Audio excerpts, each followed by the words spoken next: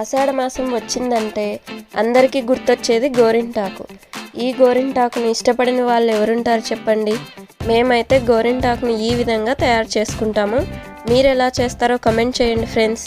ముందుగా గోరింటాకు తయారు చేసుకోవడానికి కావలసిన పదార్థాలు: నిమ్మకాయ, పెరుగు, ఒక్క గోరింటాకు.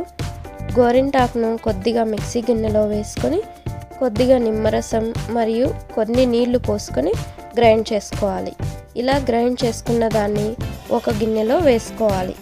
తర్వాత మిగిలిన గోరింటాకును మిక్సీ గిన్నెలో వేసుకొని నిమ్మరసము, 2 లేదా 3 స్పూన్ల పెరుగు, ముందుగా దంచి పెట్టుకున్న ఒక్కను వేసుకొని వాటితో పాటుగా కొన్ని నీళ్లు పోసుకొని మెత్తగా గ్రైండ్ చేసుకోవాలి. మరీ పలుచగా లేకుండా ఈ విధంగా ఉండేలాగా చూసుకోవాలి. అంతా ఒక గిన్నెలో వేసుకొని బాగా కలిపి ఒక 10 నిమిషాల పాటు పక్కన ఉంచుకోవాలి. ఊర్లో అయితే మేము గోరింటాకును రుబ్బురోలులో రుబ్బుకుంటాము. ఇక్కడ మిక్సీలో గ్రైండ్ చేసుకున్నాము. ఈ ఆషాఢంలో ఎంతమంది గోరింటాకు పెట్టుకున్నారో కమెంట్ చేయండి ఫ్రెండ్స్.